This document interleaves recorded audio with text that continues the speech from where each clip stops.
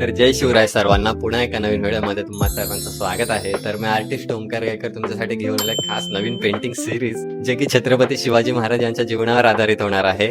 तर या सिरीज मध्ये छत्रपती शिवाजी महाराज यांच्या जीवनात जे काही घडलंय, जे काही आपण ऐकलंय, जे काही पुस्तकात वाचलंय ते दाखवण्याचा एक प्रयत्न करणार आहे. तर ही फक्त पेंटिंग सिरीज नाही, तर जर तुम्ही आर्टिस्ट असाल, बिगिनर असाल किंवा आर्ट लवर असाल तरी तुमच्यासाठी सिरीज राहणार आहे. कारण पेंटिंग बनवण्यासाठी जे काही मटेरियल लागणार आहे, ज्या काही ट्रिक्स आहेत, ज्या काही टेक्निक्स आहेत त्या मी या व्हिडिओज मध्ये दाखवणार आहे. तर ही एक फक्त आयडिया आहे, माझ्याकडे कोणतंच रेफरन्स नाही. जे काही मी फक्त आजपर्यंत बघितलंय महाराजांबद्दल, जे वाचलंय ते दाखवण्याचा प्रयत्न करणार आहे. तर खूप मजा येणार आहे या सिरीज मध्ये. मी काही टॉपिक शॉर्टलिस्ट केले आहेत या पेंटिंगसाठी. तर त्यांच्या जन्मापासून ते त्यांच्या शेवटच्या श्वासापर्यंत त्यावर मी पेंटिंग बनवणार आहे. तर आपल्या पहिल्या पेंटिंगचा टायटल असणार आहे शिवनेरीवर सिंह जन्मला. तर माझ्याकडे आता एक फक्त डायरी आहे. मी डायरेक्ट कॅनव्हासवर ड्रॉ नाही करत. आपण एक पहिला रेफरन्स इमेज बनवूया, त्यानंतर आपण कॅनव्हासवर जाऊया, जेणेकरून आपल्याला एक आयडिया येईल काय फिगर्स असतील, काय आयडिया असेल ते आपण पहिला रफ उतरवूया, मग नंतर कॅनव्हासवर जाऊया. तर खूप मजा येणार आहे या सिरीज मध्ये. तर चला ड्रॉ करूया.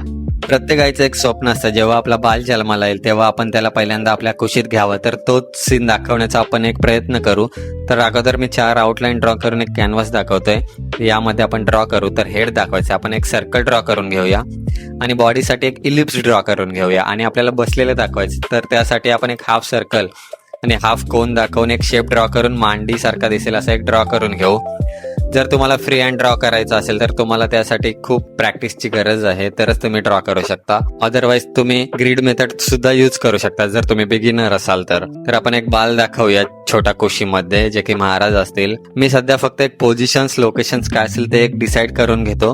जर शिवनेरी फोर्ट तुम्ही बघितला तर त्याचा एरिया खूप लहान आहे, त्याच्या रूम्स पण खूप लहान आहेत जर तुम्ही गेला असाल कधी तर. तेच दाखवण्याचा आपण एक प्रयत्न करू. एक छोटीशी विंडो आणि एक छोटासा बेड दाखवूया ज्यावर राजमाता जिजाऊ बसलेल्या असतील. मी आता फक्त एक सीन क्रिएट करण्याचा ट्राय करतोय, जास्त डिटेलमध्ये ड्रॉ नाही करत. फक्त एक रूम आणि त्यामध्ये काय लोकेशन्स किंवा पोझिशन्स असतील ते दाखवतो.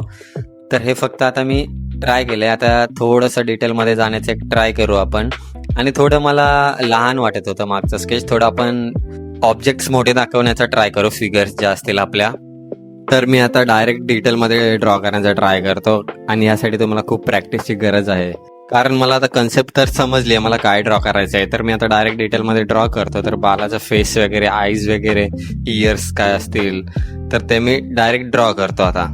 तर आता थोडं मी फक्त पदर वगैरे डोक्यावर घेण्याचं दाखवतोय आणि जास्त डिटेलमध्ये आता ड्रॉ करतो, जे की आपलं ऍक्च्युअल आउटलाईन असेल. तर ढाल एक दाखवतो, जे की मी मागच्या रेफरन्समध्ये नव्हता दाखवला. जिजाऊंच्या सोबत पण ढाल आणि तलवार कायम असायची. आणि स्वराज्य फक्त छत्रपती शिवाजी महाराजांचंच स्वप्न नव्हतं, तर शहाजी राजा आणि जिजाऊंचंही स्वप्न होतं. तर त्यालाच एक डेडिकेटेड आपण फ्लॅग दाखवूया ज्याच्यावर स्वराज्य असं नाव लिहिलेलं असेल. तर आता राहिलेली आपण मागची वॉल आणि विंडोज वगैरे ड्रॉ करून घेऊ. तर विंडो दाखवताना मी ओल्ड स्टाईल मध्ये थोडीशी, ज्याला कर्व वगैरे असतील अशी दाखवतो. कारण तुम्ही जर अगोदरच्या विंडो बघितला तर त्याला खूप नक्षीकाम असायचं. नक्षीकाम मीन्स थोडीशी डिझाईन असायची, फक्त रेक्टँग्युलर अशी नसायची. तर मी तेच एक दाखवतो थोडंसं यामध्ये. तर आपल्याला राजांच्या जन्माचा सीन दाखवायचा आहे. तर आपण स्वराज्याचा दिवा, यालाच डेडिकेटेड एक दिवा दाखवून देऊया आणि विंडोतून एखादा गड वगैरे दिसतोय असं दाखवण्याचा एक ट्राय करू. तर फायनली आपला रेफरन्स स्केच तर ड्रॉ करून झालेला आहे. तर कशी कन्सेप्ट वाटली हे कमेंटमध्ये नक्की सांगा. तर आपल्याला हे आता कॅनव्हासवर ड्रॉ करायचं आहे. तर मी आता कॅमलिनचा 4 फीटचा कॅनव्हास हा यूज करतोय. तर त्याचा माझ्याकडे कॅमलिनचा एक रोल आहे कॅनव्हासचा. तर त्याच्यातूनच मी आता पहिलं तर एक कट करून घेतो कॅनव्हास ज्या साईजचं मला ड्रॉ करायचं आहे. तर मी आता ही साईज 4 फीट बाय 3 फीट अशी ठेवतो, जे की सफिशियंट असेल डिटेलसाठी. तर तुम्हाला अगोदरच माहीत पाहिजे की तुम्हाला कोणत्या मीडियममध्ये पेंटिंग करायची आहे किंवा स्केच करायचं आहे. तर मी मोस्टली ऑइल पेंटिंगच करतो, कारण मला ऑइल पेंटिंग करायला खूप आवडतं, म्हणून मी ऑइल पेंटिंगच करतो.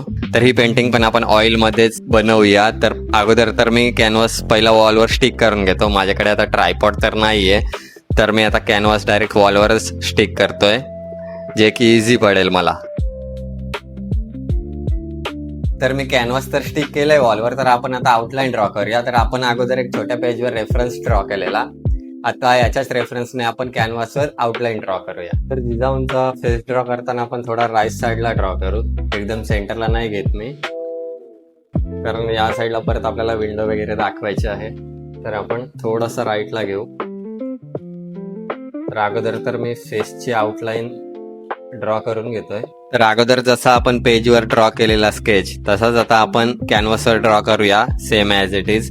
फक्त जास्त डिटेलमध्ये ड्रॉ करू, कारण आपल्याकडे आता साईज मोठी आलेली आहे कॅनव्हासची, तर आपण जास्त डिटेल्स दाखवू शकतो. तर आपण आता जास्त डिटेल दाखवायचा ट्राय करू.